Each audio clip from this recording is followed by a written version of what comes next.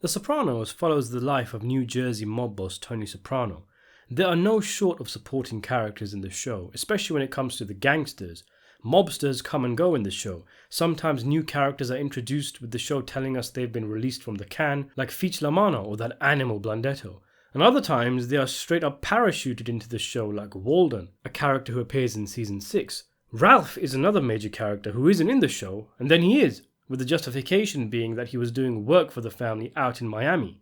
Sometimes it comes off as random, but it does work in universe. After all, the Sopranos family is a lot bigger than just the likes of Chrissy, Paulie and Silvio. We only see the very top of the family tree, and there'll be plenty of nameless goons who we don't know. Plus, even though the show is set in Jersey, we only follow the Lupatazzi family and the Pygmy thing. The other 4 families aren't ever depicted, aside from a few mentions here and there and a one-character representation in Tony's sit-down with Butch in the final season. If anything though, this adds to the sense of realism and lived-in feel of the show, that we are following a microcosm of a much larger, living, breathing world.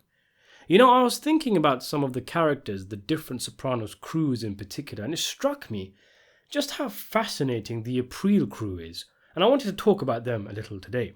Some interesting facts and details, and the observation that this family was full of havoc, death and mayhem, and perhaps, as suggested by Paulie, even cursed. And Paulie seems to have a heightened awareness of the supernatural, what with the vision he had in the Bing, the ghosts that are apparently following him, and that cat after Chrissy's death. In general, there seems to be around half a dozen crews in the DeMeo family at any given time. In the beginning of the show, you have the Sopranos crew. There's also Junior's crew, most of whom are wiped out during the Tony and Junior war, with the survivors crossing the floor and being absorbed by Tony. The Barisi crew is supposed to be the biggest in the family, but they are definitely underutilized, which may have something to do with the fact that both Barisi brothers were criminals in real life. There's presumably also crews led by Raymond Curto and Jimmy Altieri, seeing as though they're captains. It's worth mentioning that who's who runs what, and who's related to who in The Sopranos can be a bit all over the place, with the importance of continuity often being put to a side for the sake of the drama and narrative. For example, Vito Spadafore, eventual Aprile capo, is a cousin of Adriana, and yet he claims he was this close to banging Aid. So either he's a sicko, he's making it up to cement his hetero status among the crew, or the writers straight up forgot the two were related. Or perhaps Vito himself forgot. The blood pressure medication, it fucks with his head. Still though, there is a scene where Jackie Jr., another of Adriana's first cousins, is eyeing her up. Then there's Phil Leotardo introducing his brother to the guys at the construction site, Vito included, and it looks like they don't really know each other. But then in the next season, it's revealed Vito is married to Phil's cousin, and the two are apparently close, so he must have known Billy Leotardo. Then again, there's some examples of astute observations regarding the character dynamics. For example, after Vito comes from behind and takes out Jackie Jr., there's a scene of Vito arriving to the Aprile HQ, and he sits down and looks really down and in need of some Johnny cakes. It's kind of random, but if you remember that Jackie Jr. is technically Vito's cousin, and he's just had to kill him, it makes sense why Vito was depressed and ashamed. That's a pretty cool detail from the writers. Anyway, characters in the Aprile crew are often the main narrative drivers of the show. It makes sense to condense much of the show's drama to one crew, as otherwise things might get too confusing. It's also worth pointing out that there might be other deaths happening, but we're not privy because the Apriles get a much bigger focus on the show.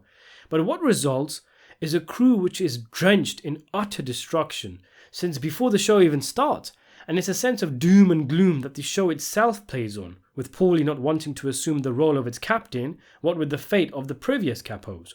One thing that really sticks out with the Aprile crew is just how many of the captains die one after another. It's always whack this one, whack that one. Never enough body count for the Aprile crew. So it's not clear when exactly the Aprile crew was founded, but it suggested Jackie or Richie Aprile may have started it sometime in the 70s, with Richie being arrested and sent to prison for 10 years in the late 80s. His younger brother Jackie would have assumed control over it, and after Urkel DeMeo is sentenced to life imprisonment, he names Jackie as acting boss of the family, and it's not exactly clear if Jackie still ran the crew or if he got someone else to do it. Either way, Jackie is diagnosed with cancer and is dying over the course of the first season. You can see further fuel here as to why Rich was so bitter after coming after the can, potentially having missed out on the big seat. In the wise words of the Rubenesque Janice, "Oh Richie, it should be you." Richie assumes control of the crew when he comes out of the can and deals in small-time rackets like coke deals on garbage routes, and after failing to gain support for a coup against Tony, he is shot and killed by Janice. Tony then installs his own man Gigi as captain of the crew to keep a closer eye on it, which causes tensions between Gigi and Ralph, the latter who felt it should have gone to him. Though a respected mobster, Gigi was not trusted by the Aprile crew, one of many reasons why he suffered from stress and eventually dying of a heart attack while sitting on a very different kind of can. After an amusing shot during Gigi's funeral, as a frustrated Tony muses over who to make captain of the crew, he knows deep down there is only one real answer, much as he dislikes him, and the unstable Ralph Cifaretto takes over. It's Ralph who actually whips the Aprile crew into shape, as under him, the family sees lucrative profits through construction. Not to mention, in spite of his reputation, he actually seems like a cool guy to work for, playing basketball with Vito, joking around with the fellas, entertaining the guys with his prank call to Paulie's mum, which he does in front of his guys. What if they told Tony? There's clearly trust there, and Ralph's stock rises so high, he is even protected by New York boss Carmine Lurpatazzi, who turns down Johnny Sack's demand to have Ralph clipped, not wanting to cause dysentery in the ranks. But clipped he is, by Tony no less, who beats Ralph to death for... I forget, what was it again? Vito Spadafori takes over the crew and becomes the highest earner in the family, but he is then outed as an ass muncher and is hunted down and killed by the Shah of Iran's secret police. Tony then gives control of construction to Carlo Gervasi, essentially merging Carlo's crew with Vito's. However, Tony is unsatisfied with Carlo's returns, and things get worse when Carlo ends up flipping for the feds, essentially contaminating the Sopranos family's most lucrative racket, as you'd think construction is pretty much compromised now. So that's 5 bosses the crew had who all died, and also 3 deaths in the first 3 seasons. Jackie dies in season 1 and he represents the past. Richie is capped in season 2 and he represents the present of the family. And Jackie Jr. is off in the 3rd season, who would have represented the future of the family. What? You telling me you never pondered that?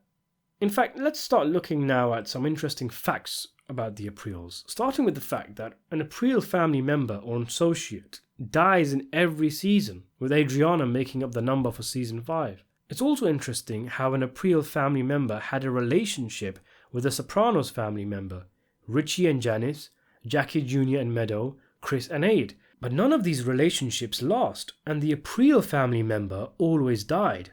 It is so decreed. And as none of these couples ever actually got round to being married, it's strange to think, but there's actually not a single blood relation between the Sopranos crew and the Aprile crew. Here's an Aprile family tree I found on zubindoshi.com to help drive this home. Interestingly, as you'll see, Adriana, Jackie Jr. and Vito are all first cousins. One interesting observation is the amount of sexual deviancy from the Aprile captains, from Richie's blowjobs in the dark and pistol sex with Janice, to Ralph's cheese grater shenanigans, whatever happened there, to Vito's ass munching. I'm not quite sure how we fit Gigi into there, but maybe that's a sign he wasn't a true Aprile capo and instead an external spy. Or maybe there's more to Gigi's intestine problems than we know. In addition to all the deaths already mentioned, Aid's mother, Liz, falls into depression and attempts to off herself. Vito Jr. becomes a Puerto Rican whore and is kidnapped and is sent to a correction camp, and we never hear from him again. Vito's brother Brian is brutally attacked by Mustang Sully and goes into a coma, though we do later see him when Vito sandbags Tony at the mall. Ralph's son is shot with an arrow and goes into a coma. Donnie K is beaten and pissed on by Johnny Sack. Eugene offs himself. Real dark stuff. Satanic black magic. Sick shit.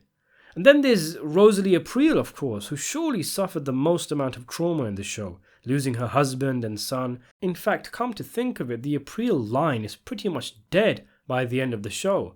All you have is Jackie Jr.'s sister and Richie's son, who it's implied is also a muncher of ass.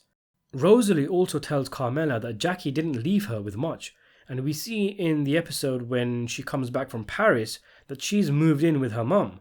It's a wet fart of an ending for a family that appeared the most impressive throughout the show, a family whose existence now relies on a Puerto Rican whore, and even then he wouldn't be a pure Aprile, rather a Spadafore. The family's only real hope is little Rick stopping the blood pressure medication. For all of Tony's talk about family, his love for Jackie Jr., he stands by and in many cases directly contributes to the destruction of his best friend's legacy. But sticking with Rick, there might actually be a silver lining in all this. It's never confirmed that Richie's son is actually gay. It's just something everyone assumes because he's a dancer. In many ways, he was a good son, cleaning out the gutters, for example, something Tony later asks AJ to do and he doesn't even know what gutters are. Richard didn't even have to be asked. He had ambition outside of a gangster lifestyle, wanting to go to England for a dance competition. Perhaps Richard actually settles down with a woman and becomes a respectable member of society and continues the family line by having children, something the original boss of the family, Jackie Sr., had originally envisioned for his son, Jackie Jr., Rick's cousin. So maybe the Apriles live on beyond the show. With all that being said, all of the murders were pretty much earned. Rich would have been taken out by Tony anyway if Janice hadn't got there. Vita would have been taken out by Tony if Phil hadn't got there. Ralph had a laundry list of reasons he should be killed, and Ada was singing like a canary. Gigi is an outlier, but as mentioned, Gigi isn't a pure Aprile member, and plus, if we're honest, his death is more of a story beat to make room for Ralph to become capo. So what do you make of this? Do you think the Aprile crew is cursed? Let me know in the comments section below. Subscribe to the channel and thanks for watching.